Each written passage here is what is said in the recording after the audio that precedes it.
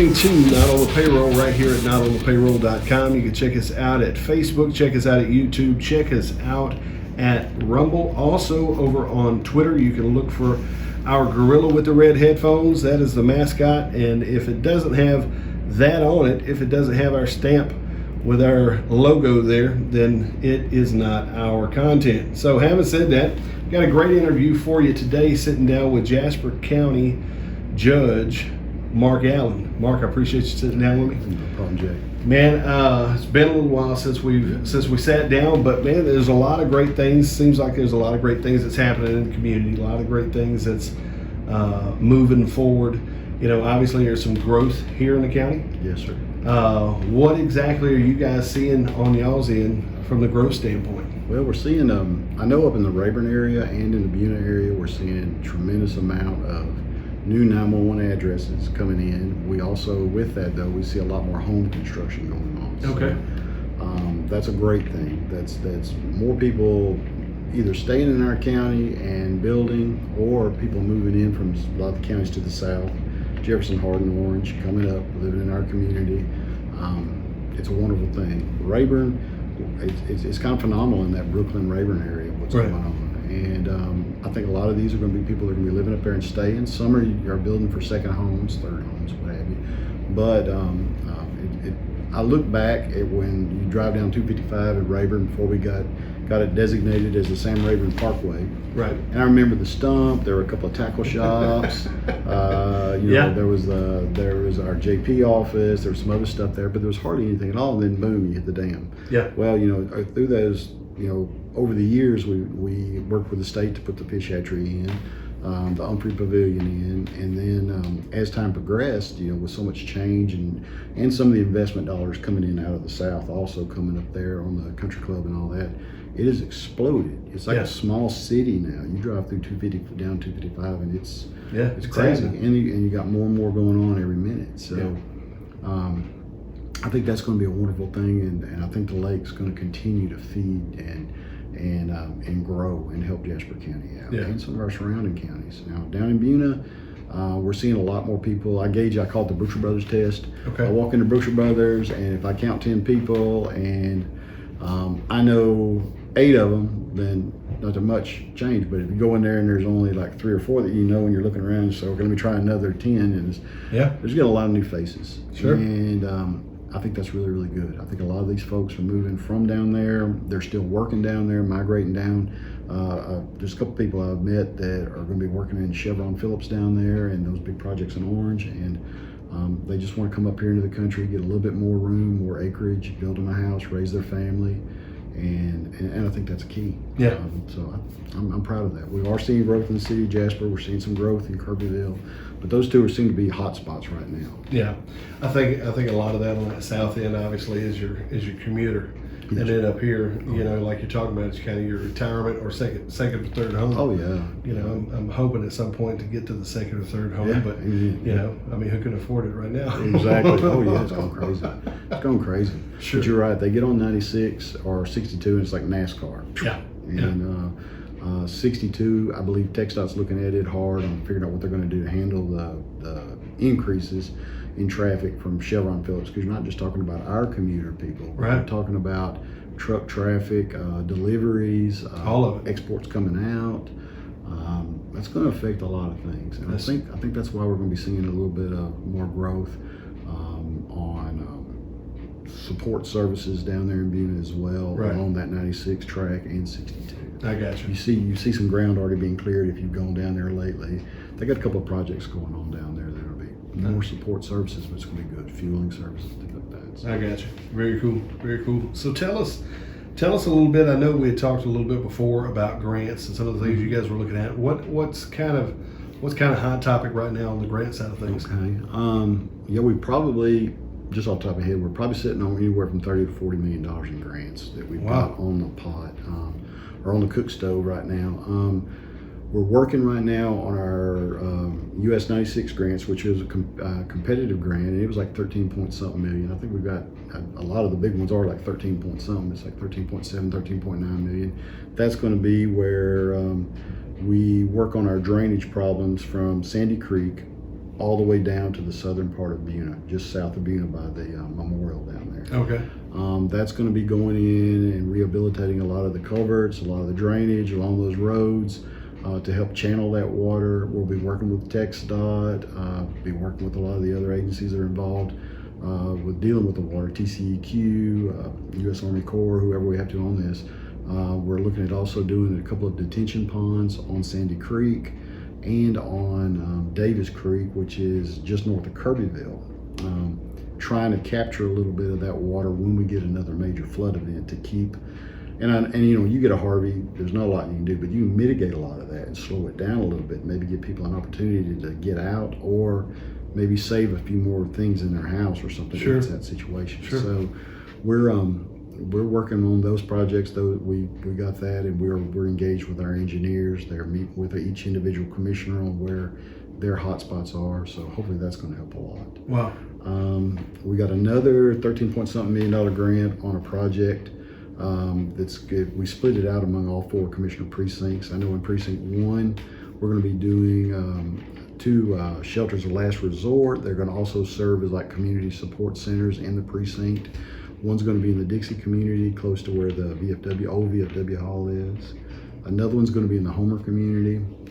They're going to be multi-purpose, but they're really, really going to help our community out when we have times of disaster. And, sure. You know, and that's what it's all about there. Precinct 2 has several roads identified. They're going to utilize their money.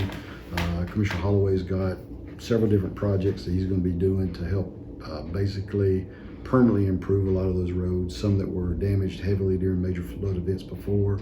So that'll involve elevating them, improving drainage, and repaving them completely. Precinct 3, I think he's got a couple of roads, but also we have working in a partnership with the city of Kirbyville. They're taking their CDBG money, Community Development Block Grant money, and we're going to take ours from Precinct 3, or part of it, and we're going to go together and we're going to build a brand new water tower for them, for the city of Kirbyville. Oh, okay. The other one's getting outdated. It's right there in town. When you drive through, you look over, it's close to the park out there. And this will be a brand new structure and should help fill the needs for the next several decades. Wow. Precinct 4 has opted, excuse me, to go ahead and burn some water. Talking about water, Evadale Water District down there, Evadale Water WC&ID number 1, they're going to use their funds to help to rehabilitate the infrastructure on that. It's a pretty outdated system. It needs a lot of help if it wants to expand and serve more citizens. So we're going to be utilizing that to help them out. Now, Precinct 2 just wrapped up another competitive grant. It's about $4.8 million on the County Road 200 project up in Brooklyn, Browndale area. That's going to really help out. It elevated it. It was part of the old Highway 8, and it elevated it and repaved it. So that's going to be a good thing for those citizens up there. We're done with that. Nice. A lot of different things going on. Yes, sir. Sorry to have a cough. No. I was talking. Anyway, that was just a sponsor thing for H2O. But anyway, we can't help myself. We also got another $2 million grant money for our airport widening up here at Belfield. Okay. Jasper Texas Belfield. We're doing a widening and project on the strip, and while we're doing that, we're replacing all of our old, outdated lighting with LED lighting, a brand new beacon tower, repaving, resurfacing, and striping that facility as well. So we've got that going on. So widening the airport. Larger aircraft. Larger width. Okay. Aircraft, yes, sir. We are trying to get in compliance. We were 5 feet shy of being in compliance with FAA standards for an airport of our type. So we added this a little bit extra. We're in compliance with them, but also, or will be, hopefully by mid-August. That will help that out, but it'll also allow for larger aircraft to land and maybe even house their aircraft, because you look at insurance ratings and things like that, and so a lot of these aircraft can't get that kind of insurance they need for this. So, and I'm not a pilot aviator. I was in the Air Force for a while. Sure. But they this will help us with a lot of our use out there at that airport. We're also, this isn't a grant project, but we're utilizing some funding to go ahead and build out a new fuel farm out there at the airport as well. Okay. That's going to be a 24-hour service farm, and I call it a farm. It's basically a fueling station, and that will allow credit card access 24 hours a day. If we have an emergency helicopter that needs to pick up a child or an elderly person or anybody in a car wreck or what have you, and they need to fuel up, they can land over there, top off, and be gone and get that person the help Wow. they need. So. And that goes for anybody. That'll be a great resource around the county. I mean, around the areas. Oh yeah, and if you have a private pilot or a commercial pilot somewhere needs to land, they can get their fuel and all that, and that'll help the county, and that'll help our use of that airport out there. That's awesome. And we're hoping to be able to pay that back with some extra IIJA funding that we anticipate coming back from TxDOT. So, knock on wood, that'll be Very cool. Very cool. Trying to think what other grants. This one was done on our behalf. This is a FCC grant to Spectrum Charter. On broadband development. It's another 13 million. It seems like 13 is the lucky number for Jasper County. It's like 13.7 million. They are going to, under, it's called the Rural Digital Opportunity Fund. They are actually deploying fiber as we speak. They're working on working with the Jasper Electric Cooperative, DP's Texas Cooperative, the City of Jasper, City of Kirbyville. Most of it's going to be reaching out to the areas or to individual residents. It's going to be above ground on the utility easements, on the poles, but they will have a lot of it underground on your main lines. And so that's going to really help. No cost to our county. It's all federal money that's funneled down to Spectrum on our behalf. And I don't know if you've seen it on US 190 out here, that giant cube. Looks like a Star Trek board cube looking thing, or a dirt ball. Is that on the left? Yes, sir. Yeah. That's theirs. And we're going to be a hub for the multi-county area for Spectrum Charter. So all the counties that will be getting service, which Newton will be getting some, Tyler will be getting some, Sabine will get some. They've got a Windstream project going on up there too in Sabine, but for these communities, they're going to help feed, and the main transmission line of fiber. And I'm not an engineer on that stuff, but will be coming in from the north, and it'll also be coming in south, so you'll have a redundancy. So if you're at your house, and Farmer Bob is out there cutting and cuts a major fiber transmission line by accident, they can automatically switch over and catch it from the other end. So they'll be able to continue. So you got two sources coming at once. Correct. Yes, sir. Wow. And so, but I know out on down the south end, down there off of Texas 62 in Buna, they're looking at doing some connections. They told me they estimate maybe early August now. So we're talking in a couple of weeks. We might actually see people going hot, and so with fiber connections. So that's a good thing. Yeah, and now we have storms, so we have to be aware that trees fall, it takes out your electric, it's going to take out your fiber.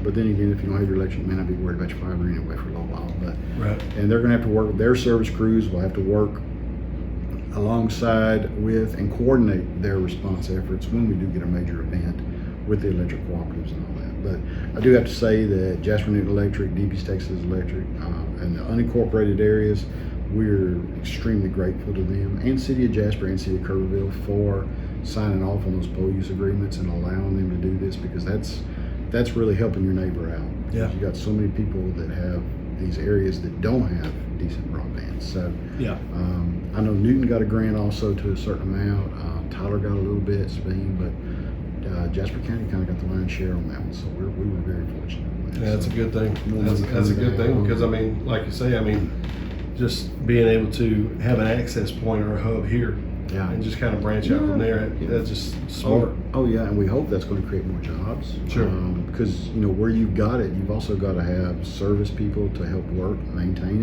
it. Yeah. And so we're hoping in the long term this is a good thing for all of us. Absolutely.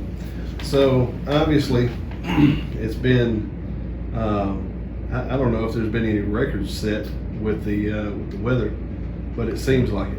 Yeah. It's been hot, man. Oh, I thought it was the coldest summer on record. I'm just kidding. No, I mean, I don't know how many times I've looked at the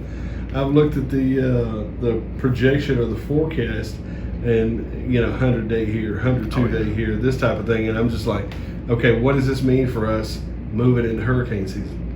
Yeah. Because I mean, obviously, the warmer the water, the more problematic it is. That's it. The bigger and badder they get. Yes, Right. sir. Yes, sir. Now, typically, late August to end of September are our scary months. Sure. At least historically, that's where we've been hit with the big boys. Right. And big girls too, Rita. Right. Give Sure. her props. Yeah. But which was one of the worst ones we ever had. Of course, at that time too, we had not been hit with a major one for decades, and so we had a lot of new jokes, a lot of, so a lot of equipment that had not, roofs that hadn't had that kind of wind. So Right. We've all prepared for it a lot more over the years.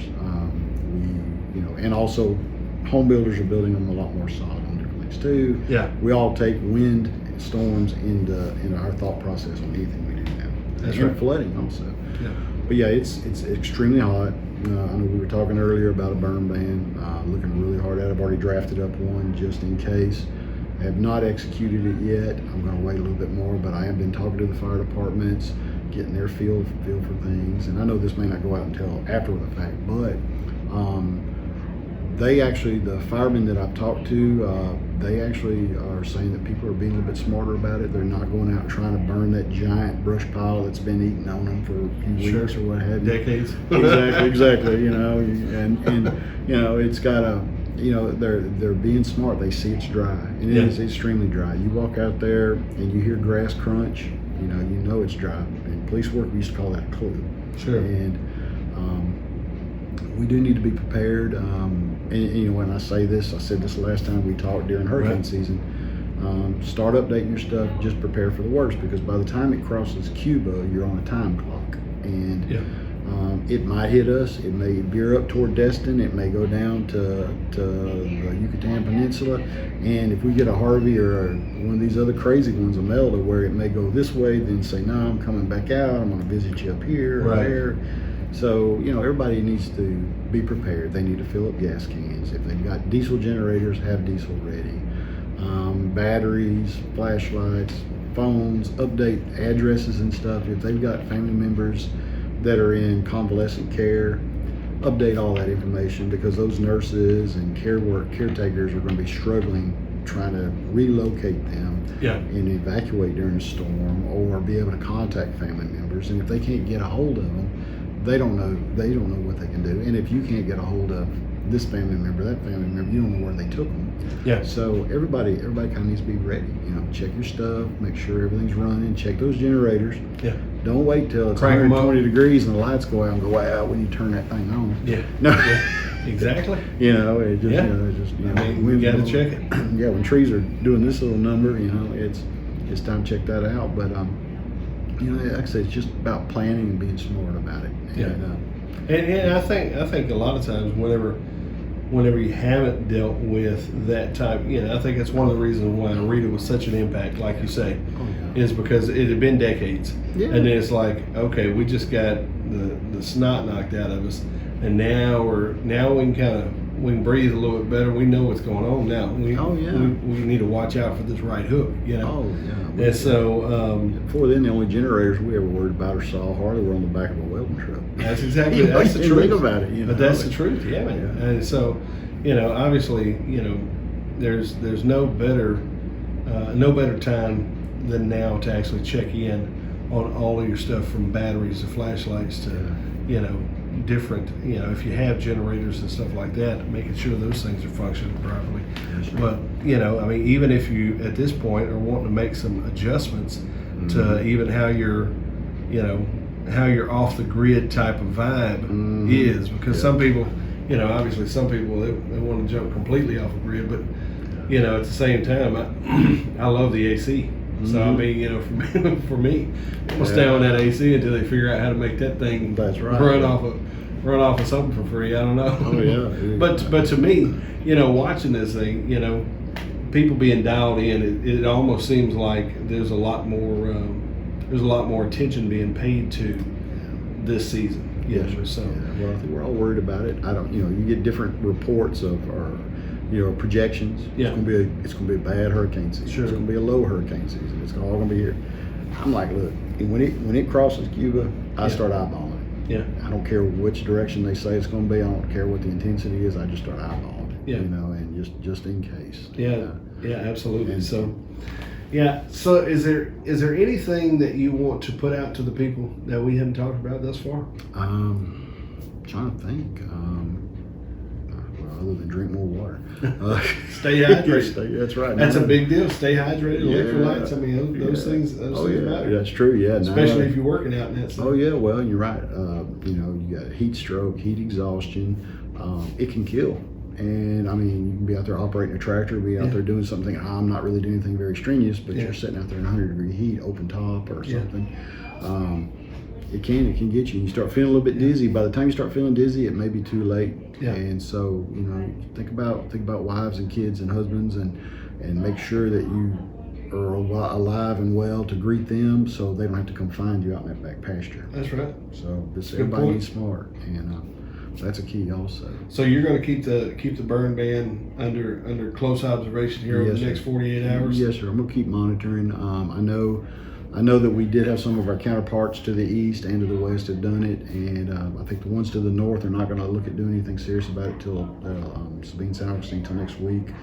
Our counterparts to the south are holding off a little bit longer, but I kind of gauge it with what's going on in Jasper County, the winds, and also just how people are working together. Yeah. And hey, I grew up in rural East Texas like everybody else. You had household trash you need to burn. So all I ask is that they be smart about it. Sure. Keep a water hose close. Yeah. Don't go try to burn a brush pile and you got a 5-gallon bucket out there. Say, well, I got some water out here. I'm like, no. Don't do that. But everybody just work together and remember that those firemen out there, when they get that call, that 911 call, that dispatch, they're leaving their jobs, they're leaving their families in the same heat that I just got through talking about, and they're putting on bunker gear, which is basically just a microwave oven for them. Yeah. And they're out there. They'll be out there fighting that fire, risking their lives, and they'll get fatigued.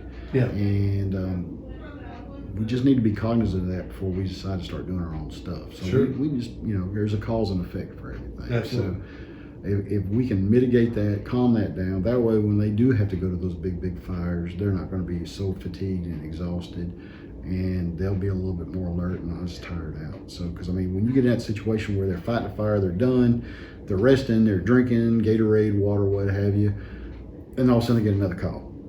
Then they're loading up and they're going to that one, they're going to this one, going to that one. When we get in that situation, and we've been there, and that's whenever we have to step in and we have to do a burn ban, because it's going to can't do anything about lightning strikes, can't do anything about trees falling on the power lines. That's right.